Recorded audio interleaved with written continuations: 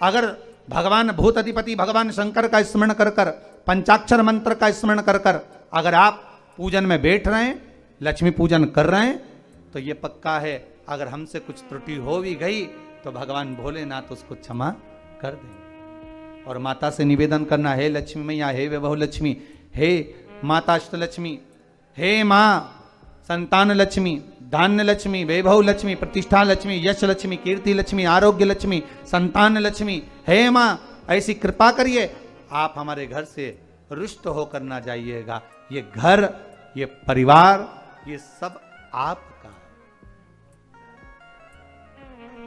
सब आपका, ये किसी दूसरे का नहीं। मां पूजन करते समय माता लक्ष्मी से जरूर कहें, मां 4 साल हो गए, 2 साल हो गए, ये 2 वर्ष जो ये कोरोना महामारी में गए हैं, ये वर्ष जो बेकार निकल गए हैं, मां हो सकता है आप हमसे रुष्ट हो गई हो, पर आज क्षमा मांगकर अपने घर में आप प्रवेश करिए। मां आइए हमारे घर में, आप पधारिए। महाराज कितना सुंदर संवाद है। एक साहूकार की बेटी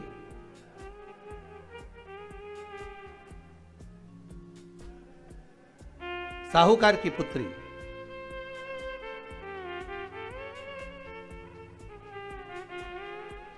पीपल के वृक्ष के नीचे,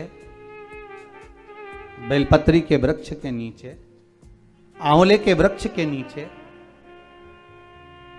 प्रत्येक अमावस्या को दीप लगाने जाती थी। उसका नियम था।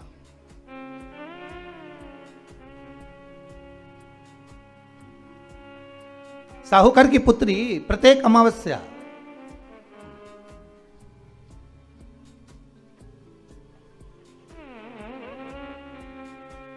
तीन दीप, एक बेलपत्री के नीचे, एक आंवले के नीचे, एक पीपल के नीचे लगाने जाते। महाराज आज नारायण ने कृपा कर दी। और क्या कृपा करी कि आज सरस्वती, पार्वती और लक्ष्मी तीनों इन वृक्षों के नीचे जाकर विराजमान हो गई। पार्वती मैया तो पहले से ही बेलपत्री के नीचे है,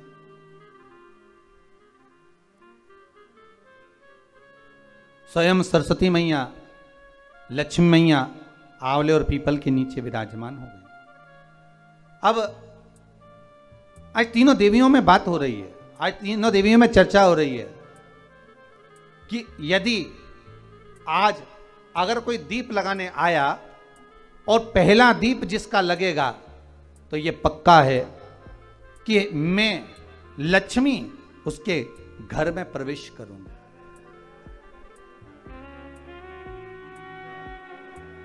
सरस्वती जी बोली, जो पहले बार दीप लगाने के लिए प्रथम में आएगा मैं उससे अपनी सहेली बना लूंगी, उसको अपनी मित्र बना लूंगी।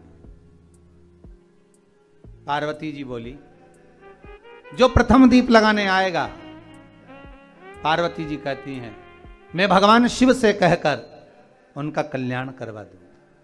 अब ये साहूकार की बेटी, वो साहूकार जो कहने का तो साहूकार था, धन पूर्व में बहुत था, पर अब इसके पास में कुछ भी नहीं बचा था। देखिए सुख दुख तो जीवन में चलता रहता है। आज सुख है, कल दुख है, फिर दुख है, फिर सुख है, ये जीवन में चलता रहता है। भगवान ने दिया, हो सकता है पूर्व में आपके पास में खूब धन होगा, वैभव होगा, सत्ता होगी, फैक्ट्रियां भी होंगी, दुकान भी होगा, धंधा भी होगा, पानी भी होगा, सब कुछ, सारी सत्ता आपके पास में होगी, पर समय की घड़ी किसने देखी है साहब? कौन देखा घड़ी को, कौन देखा पल?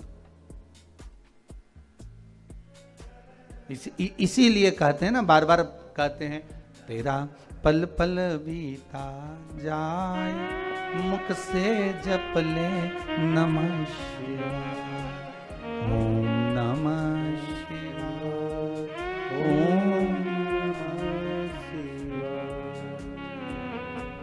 बड़ी मुश्किल से मिलता है। घड़ी, पल, समय, नक्षत्र कब बदल जाए किसको मालूम है? आज साहूकार के जीवन में था साहूकार कहने का, पर धन नहीं था, वैभव नहीं था, सब समाप्त हो गया था, कहीं पैसा चले गया, लग गया। महाराज बेटी ने वही दीप तैयार करे।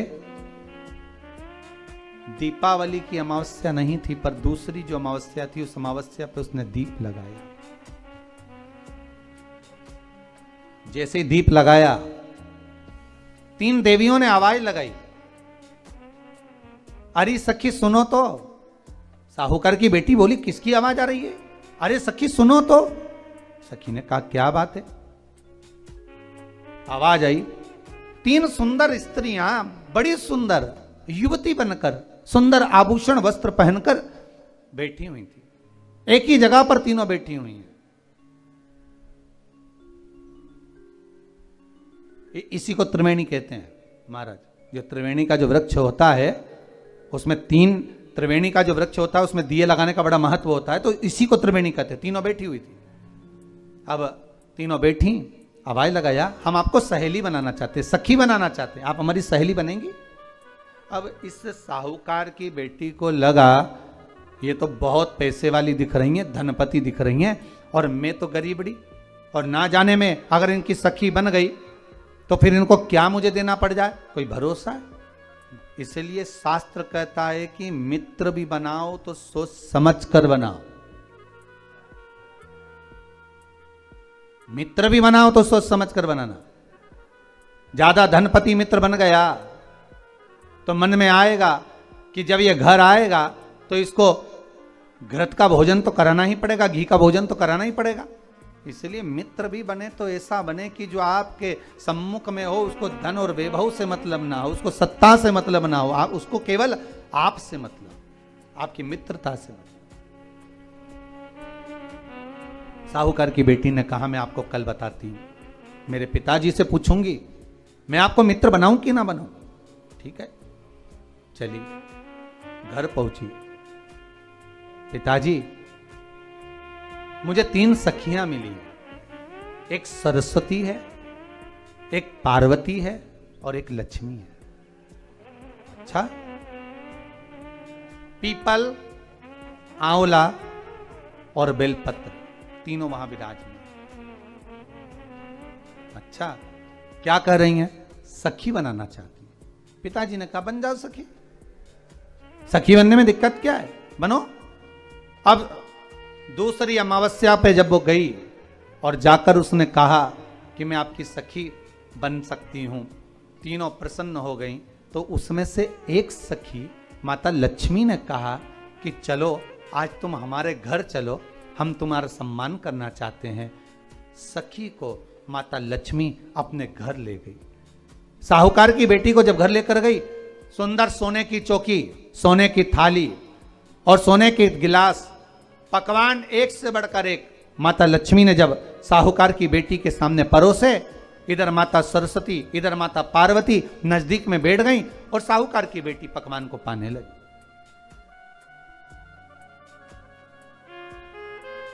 साहूकार की बेटी पकवानों को पा रही है, भोजन ग्रहण कर रही है। अब भोजन करने के बाद साहूकार की बेटी चली गई।